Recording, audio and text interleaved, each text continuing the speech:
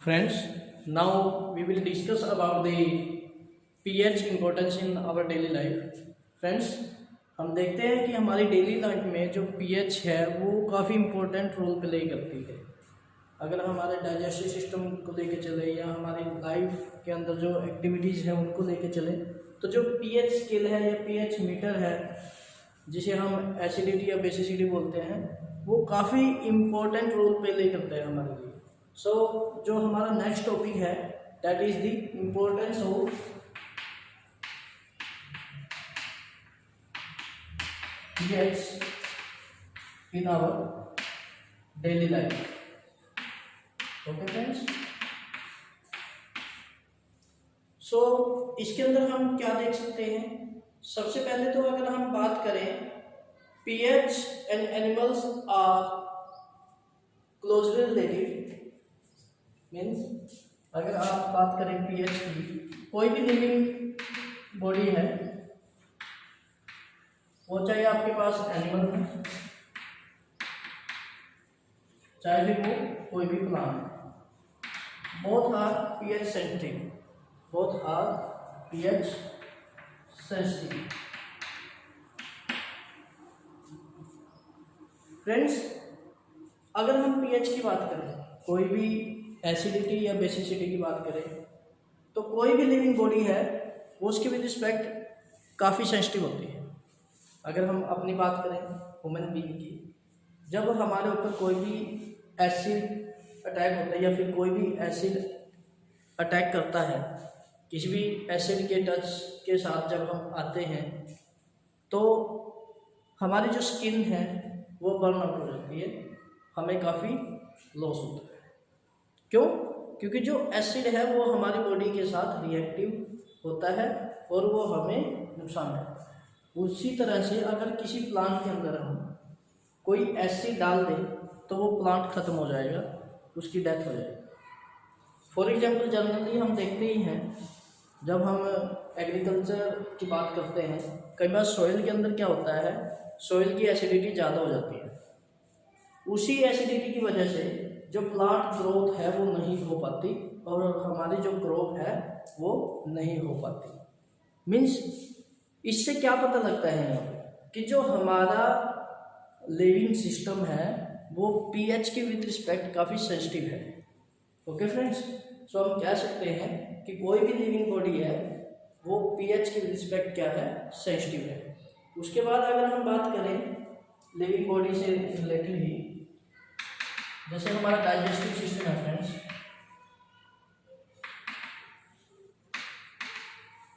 Digestive system है, हमारे digestive system में क्या है, अगर हम हमारे माउथ के अंदर सलाइवा की बात करें, लार की बात करें, तो ये बेसिक इन नेचर होता है।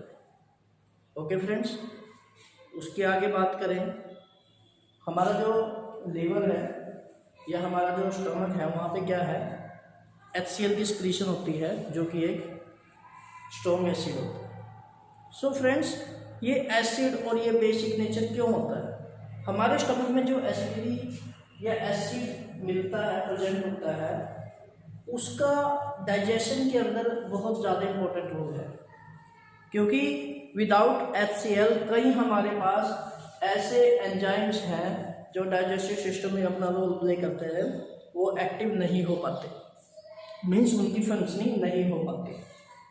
तो हम यहाँ पे भी कह सकते हैं कि जो हमारा डाइजेस्टिव सिस्टम है वो भी काफ़ी हद तक pH के ऊपर डिपेंड करता है। मीन्स डाइजेशन सिस्टम जो है हमारा वो pH के ऊपर डिपेंडेंट है। अगर pH कम ज़्यादा होगी तो डाइजेस्टिव सिस्टम प्रॉपरली वर्किंग नहीं करेगा।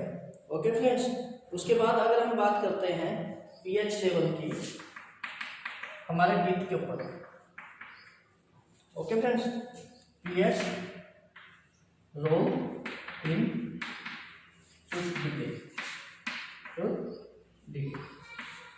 देखिए फ्रेंड्स, हमारा जो टीथ का इनेबल है, जो सबसे अपर लेयर है white in colour, that is formed with the calcium phosphate, that is formed with the calcium phosphate. देखिए फ्रेंड्स, जो हमारा ये टीथ होता है, this is of your teeth, इस शीट की जो सबसे ऊपर की लेयर होती है that is the enamel, that is the enamel. Okay friends, और ये जो हमारी लेयर है ये कैल्शियम फॉस्फेट से बनी होती है। किससे बनी है ये लेयर? Calcium phosphate. अब ये जो हमारा कैल्शियम फॉस्फेट है ये बेसिक इन नेचर होता है, basic in nature.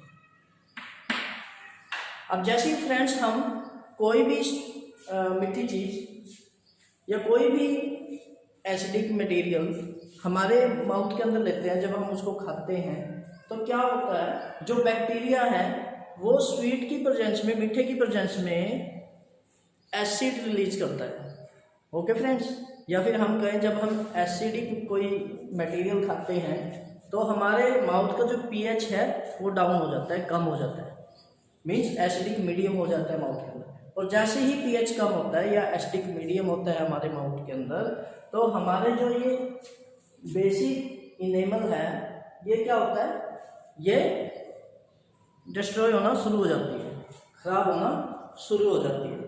Okay friends, इसका कोरोडेड होता रहता है, that will be the corroded, means ये डिस्ट्रॉय होना शुरू हो जाती है। ओके फ्रेंड्स, खराब होना शुरू हो जाती है। तो यहाँ पे हम कह सकते हैं कि जो पीएच है या एसिडिटी है हमारे माउथ के अंदर, वो भी एक बहुत इंपॉर्टेंट रोल प्ले करती है हमारे टूथ डीके के अंदर। ओके फ्रेंड्स, उसके बाद अगर हम फोर्थ एक एग्जांपल दें सेल्फ डिफेंस का, अगर हम बात करें सेल्फ डिफेंस, सेल्फ डिफेंस पता ही होगा आप सबको, खुद की सेफ्टी करना। Okay, means self defence. अगर हम सेल्फ डिफेंस की बात करें तो हमारे पास हनी बी है, येलो बॉस है, स्नेक है, कई सारे ऐसे हमारे पास इंसेक्टिसाइड्स या फिर एनिमल्स हैं या प्लांट्स भी हैं हमारे पास जो सेल्फ डिफेंस करते हैं with the help of acidic chemicals. Means यही पीएच की वजह से, मीन्स एसिड या बेसिक केमिकल की वजह से कई प्लांट्स या कई हमारे पास ऐसे लिविंग पॉइंट्स होते हैं जो अपनी सुरक्षा करते हैं, अपने आप को सिक्योर करते हैं। इनमें से हमारे पास जो डेली लाइफ में हम देखते हैं हनी बी या येलो बॉस, स्नेक, ये जंगल से एग्जाम्पल है हमारे पास। सो अगर हम बात करते हैं बी स्टिंग की, यानी कि हनी बीज की, तो बी स्टिंग क्या करती है हमारे पास, इसी का एक फर्स्ट एग्जाम्पल हम देखते हैं। अगर हम बी स्टिंग की बात करें,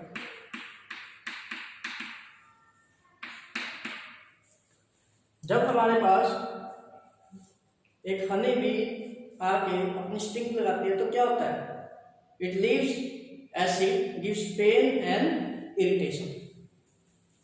what is leaves acid and gives what is pain and irritation, pain and irritation। किसकी वजह से, क्योंकि जब वो हमें स्टिंग करती है तो वो एक एसिड केमिकल होता है, एसिडिक केमिकल होता है जो हमारी स्किन के अंदर पिंच कर देती है, जिसकी वजह से क्या होता है, हमें पेन होता है और वहाँ पे इरिटेशन होती है। सेकेंड एक एग्जाम्पल इसी से मिलता जुलता देते हैं, sticking hair of nettle. Note करते रहे सबके साथ, hair of nettles.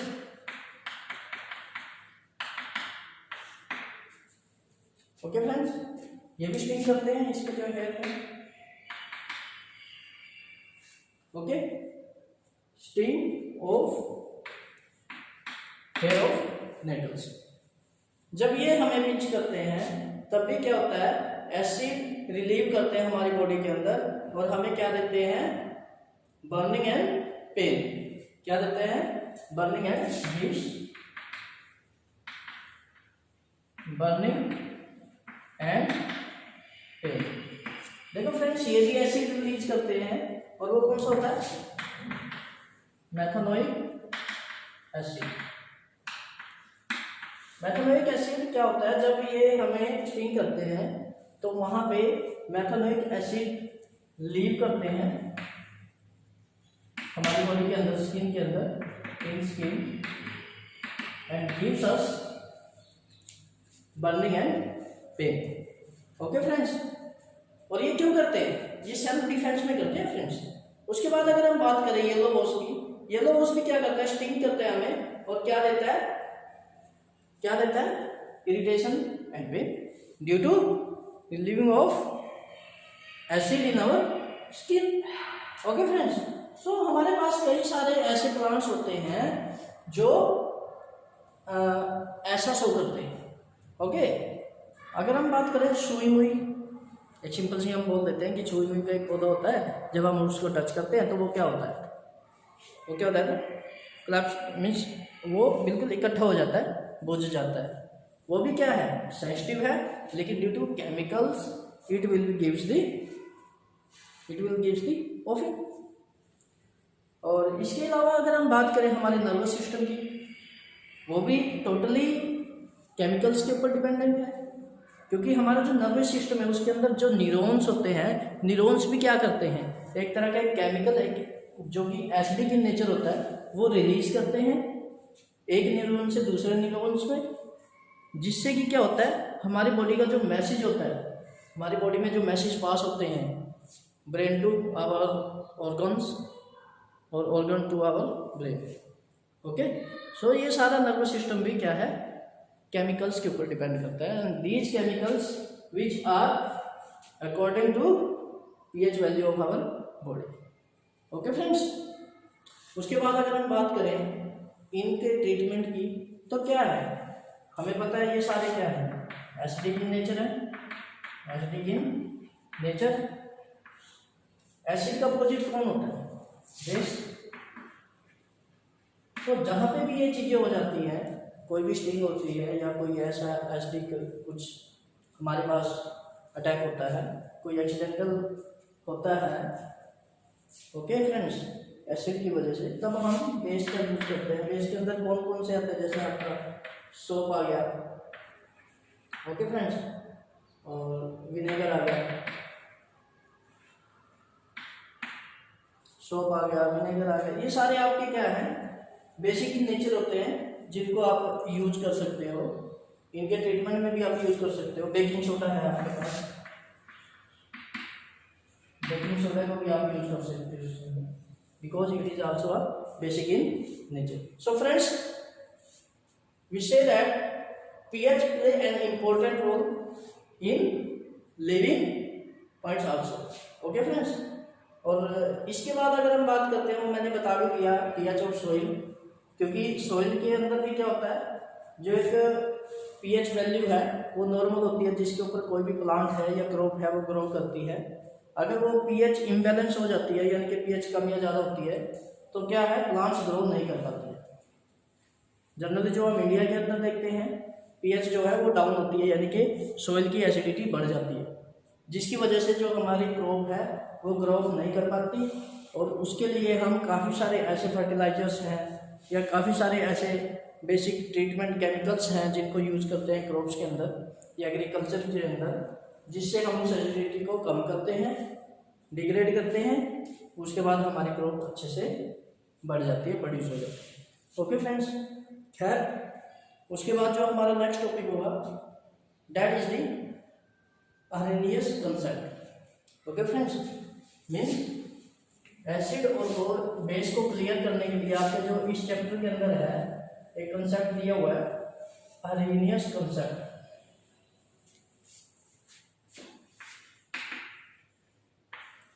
Arrhenius concept, देखिए ये कोई नया कंसेप्ट नहीं है। अरेनियस ने क्या बोला था कि कोई भी केमिकल जब हम पानी के अंदर डिजोल्व करते हैं उस केमिकल को, अगर वो H पॉजिटिव देता है तो हम उसको एसिड बोलते हैं। अगर हाइड्रोक्सिल आयन OH नेगेटिव देता है तब उसको हम बेस बोलते हैं। मीन्स इसी के बेस पे अगर हम एसिड और बेस की डेफिनेशन बनाएं, what are the acids, what are the acids, substance या फिर chemicals, substances which gives us H positive ions when these soluble in water are called as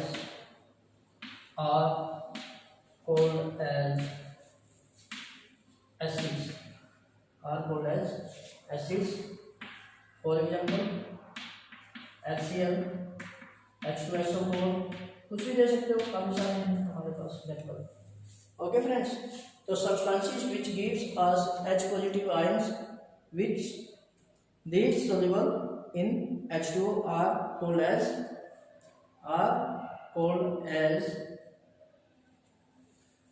acids. Okay friends, okay note कर लीजिए, substances which gives us H positive ions when these soluble in soluble की जगह हम dissociate भी लिख सकते हैं क्योंकि ये पानी के अंदर टूटता है, with when these dissociate in H2O are called as acids, for example HCl, H2SO4 etcetera. Okay friends, उसके बाद अगर हम बेस की बात करें तो सेम यही डेफिनेशन बनती है हमारे पास। ओके फ्रेंड्स, लेकिन उससे पहले मैं इसका एक दो एग्जांपल दे देता हूँ आपको। जैसे आपके पास NaOH है, और सॉरी एसिड की बात करते हैं हम, HCl है, H2SO4 है। HCl की अगर हम रिएक्शन करके देखें वाटर के साथ तो देखिए हमारे पास बनता क्या है, H3O positive plus Cl negative. ये देखिए H पॉजिटिव मीन्स अगर इसको खोल के लिख दें H2O plus H positive. Okay friends, तो ये H पॉजिटिव हमें मिलता है, so it means it is an acid. Similarly H2SO4 within water, so you say H3O positive plus HSO4 negative. Here also this will H2O plus H positive. So we say on the basis of these both are acidic in nature because both of these release the H positive ions. Okay friends, after this we discuss about the definition of base on the basis of Arrhenius concept. So friends, बिल्कुल same definition बनती है, बस यहाँ पे H की जगह OH negative. हमें बिल्कुल tip top same to same definition करके देखनी है ताकि हमें कंफ्यूजन भी ना हो और टॉपिक या कंसेप्ट हमें अच्छे से समझ में भी आ जाए। ओके, सो अगर हम यहाँ पे बात करें बेस की,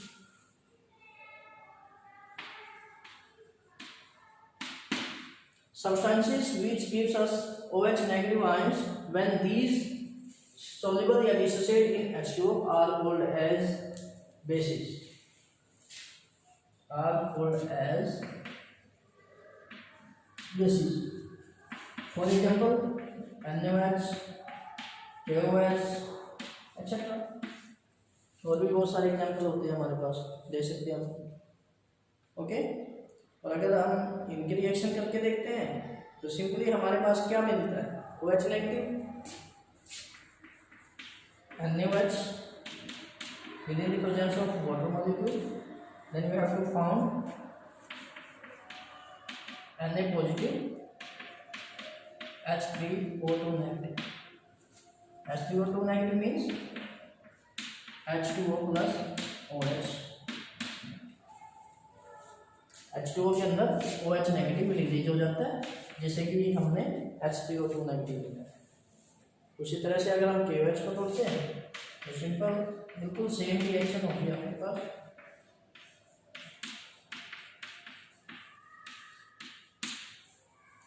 okay friends, so this is the Arrhenius concept about the acids and the bases. Okay friends, after this we discussed about the classification of acids and the bases on the basis of their reactivities. Okay friends, so सबसे पहले हम acid के बारे में discuss करेंगे. यह Arrhenius concept इतना ही था भाई. उसके बाद अगर हम डिस्कस करते हैं एसिड और बेस की on the basis of their reactivities.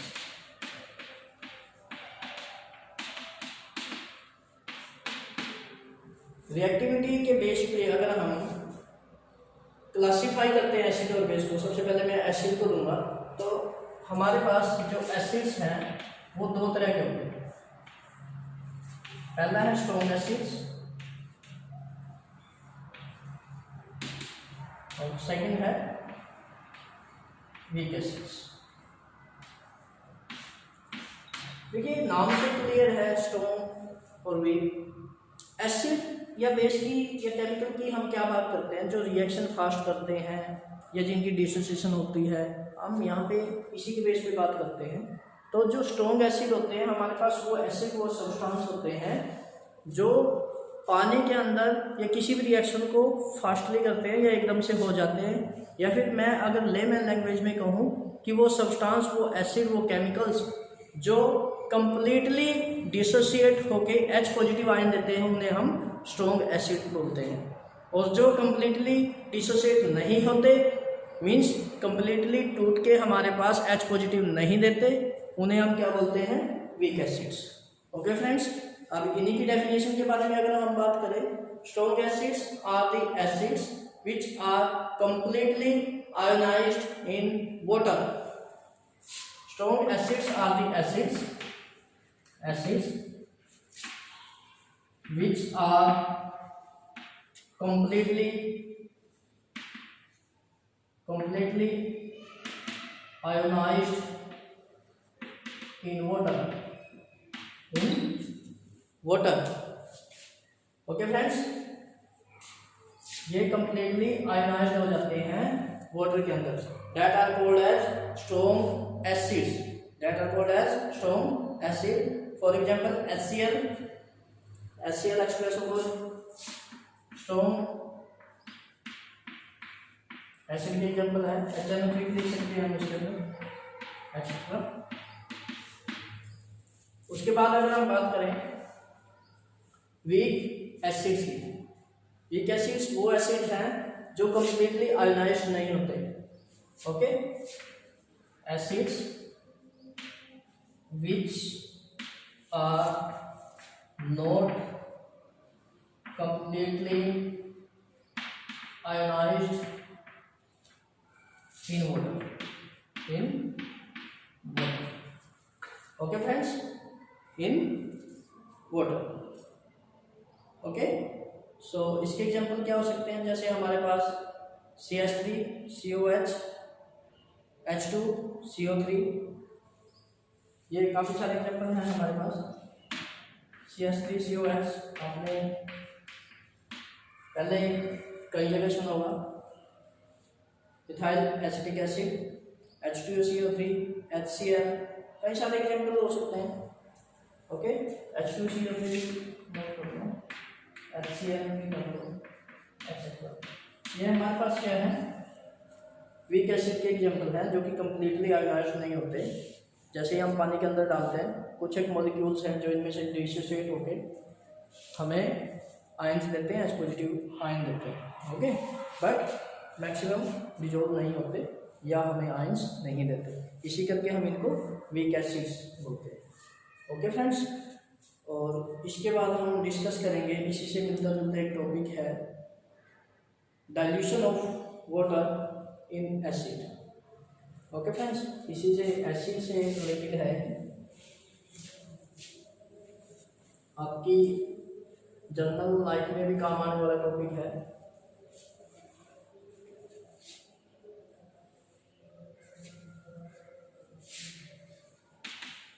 Dilution of acids means friends, देखिए हम क्या करते हैं, दो सब्सटेंस है या दो केमिकल्स हैं, हम उनको इजीली मिला सकते हैं, इसको इसमें डालो या इसको इसमें डालो, तो कोई इफेक्ट नहीं होना चाहिए। बट एसिड के केस में यहाँ पे इफेक्ट होता है जब आप वाटर को मिक्सअप करते हो। क्या होता है, अगर आप वेट की बात करें तो आपके पास जो एसिड होता है वो काफ़ी डेंस होता है, डेंसिटी की बात करते हो आप, ठीक है ना। जो आपके पास एसिड होता है वो काफ़ी डेंस होता है with respect to your water. Okay, so जैसे ही आप एसिड के ऊपर वाटर डालते हो तो वाटर हल्का होता है, डेंसिटी कम होती है, और जब इन दोनों की रिएक्शन होती है वो काफ़ी फास्ट होती है।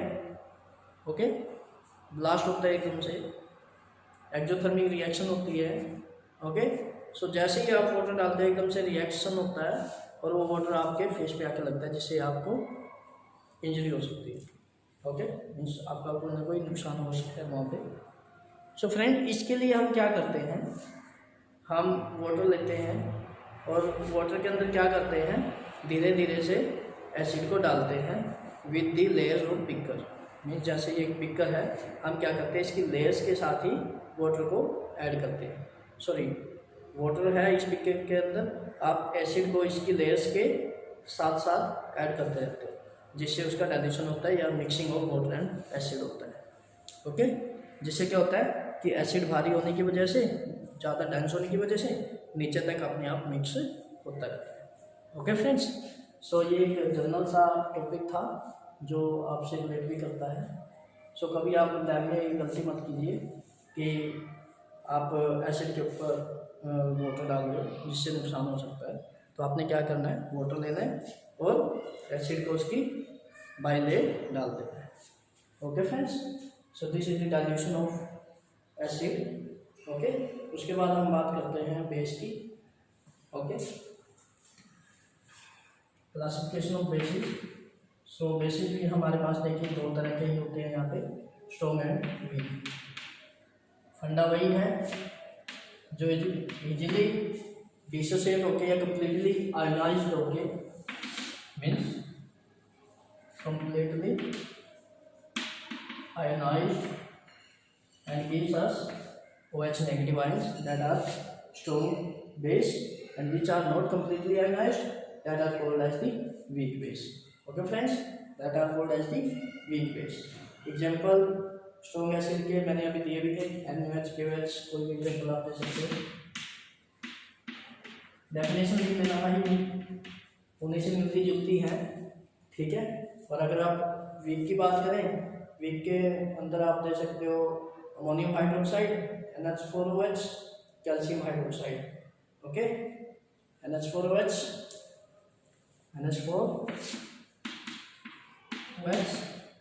And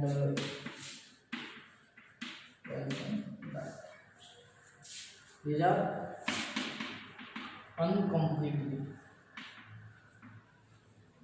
ionized, okay, uncompletely ionized. Okay friends, so उसके बाद अब हम बात करेंगे यूजेस ऑफ एसिड्स की और बेसिस की। तो देखिए डेली लाइफ में भी आप काफ़ी सारा एसिड और बेस यूज करते हो, बट अगर हम सिलेबस के पॉइंट ऑफ व्यू से देखें तो काफ़ी सारी फैक्ट्रीज हैं, लेबोरेटरीज हैं जहाँ पे हम एसिड और बेस का काफ़ी सारा यूज करते हैं। मेनली आप फर्टिलाइजर्स में, ड्रग्स में या इंसेक्टिसाइड, फंगिसाइड्स में, जब भी आप फैक्ट्रीज की बात करते हो, लेबोरेटरीज की बात करते हो, तो काफ़ी सारे एसिड्स और बेस की आप बात करते हो। ओके फ्रेंड्स, सो सबसे पहले जो हमारे पास एसिड और बेस का यूज आता है, तो एसिड के अंदर हम HCl की बात करें, अगर हम शुरुआत करते हैं यूज ऑफ एसिड से, तो हमारे पास HCl होता है। ओके, HCl जनरली हम बात कर रहे हैं, तो इसको हम क्या करते हैं, मेटल्स की क्लीनिंग में यूज करते हैं। ओके फ्रेंड्स, और काफ़ी जगह आप यूज करते हो, इंडस्ट्रीज वगैरह में यूज करते हो, ठीक है ना। तो आप इंडस्ट्री तो लिख ही देना अगर हम भूल जाए, तो cleaning of metals, cleaning of metals या इंडस्ट्रीज आपके पास कई सारी होती हैं, जैसे आप पेंट वगैरह की बात करें या रबर वगैरह की बात करें, industries of paints, rubber, etcetera.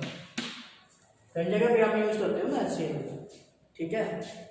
अगर H2SO4 की बात करें तो आप काफ़ी सारे एक्सप्लोजिव्स या फर्टिलाइजर्स बनाने में आप H2SO4 का यूज करते हो, ठीक है ना। मैन्युफैक्चरिंग ऑफ एक्सप्लोजिव्स में यूज करते हो। काफ़ी सारे डिटर्जेंट्स या सोप्स बनाने में यूज करते हो, ठीक है। और अभी फिलहाल मैंने फर्टिलाइजर्स में, इन सब में आप इनका यूज करते हो, ओके। और भी बहुत सारे प्रोडक्ट्स हैं जिनमें आप H2SO4 का यूज करते हो। उसके बाद बात करें HNO4 की, तो HNO4 हमारे पास ज़्यादातर कहाँ यूज होता है? TNT में, प्लास्टिक फैक्ट्री में,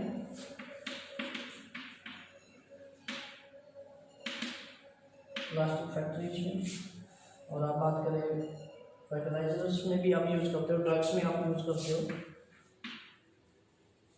जो आपकी मेडिसिन वगैरह बनती है वहाँ पे आप HNO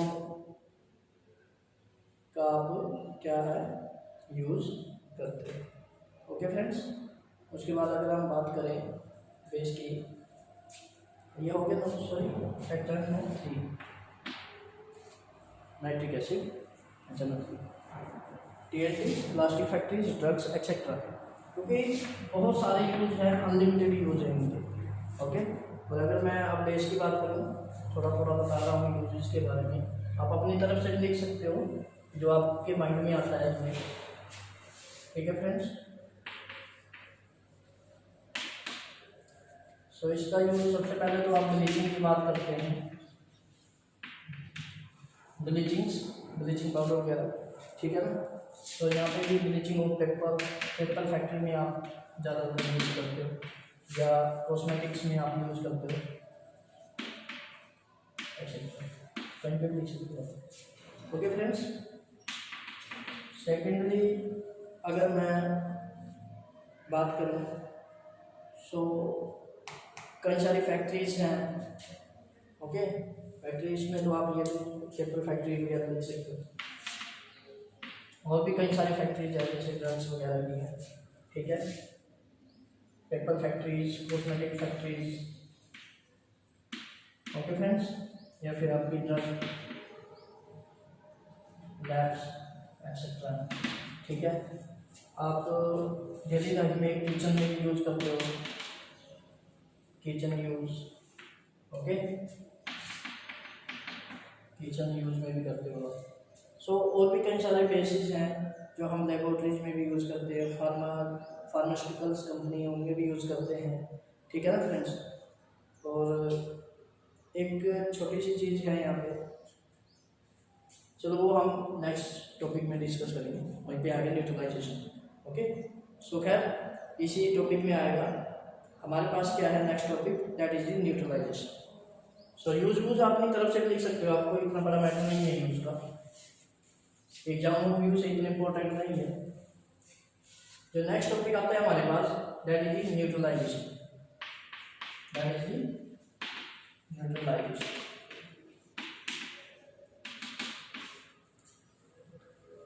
जैसे नेम से ही क्लियर है न्यूट्रलाइजेशन।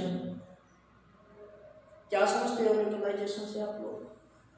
देखिए हमारे पास एसिड और बेस, जब ये दोनों आपस में रिएक्ट करते हैं तो न्यूट्रल हो जाते हैं, एक दूसरे को न्यूट्रल कर देते हैं, because both are anti to each other, एक दूसरे के बिल्कुल अपोजिट हैं, ओके। सो हम बात करें अगर acid react with base, it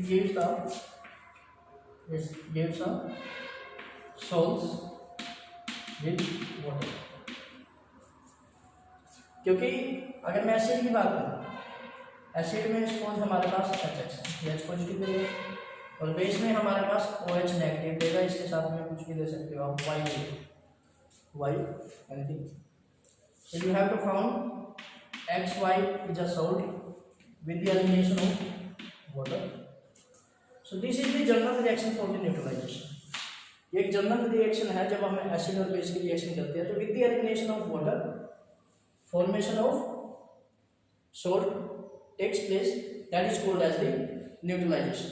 Okay friends, that is called as the neutralization. Okay friends, so इस टॉपिक को हम नेक्स्ट लेक्चर में डिस्कस करेंगे. Okay friends, thank you.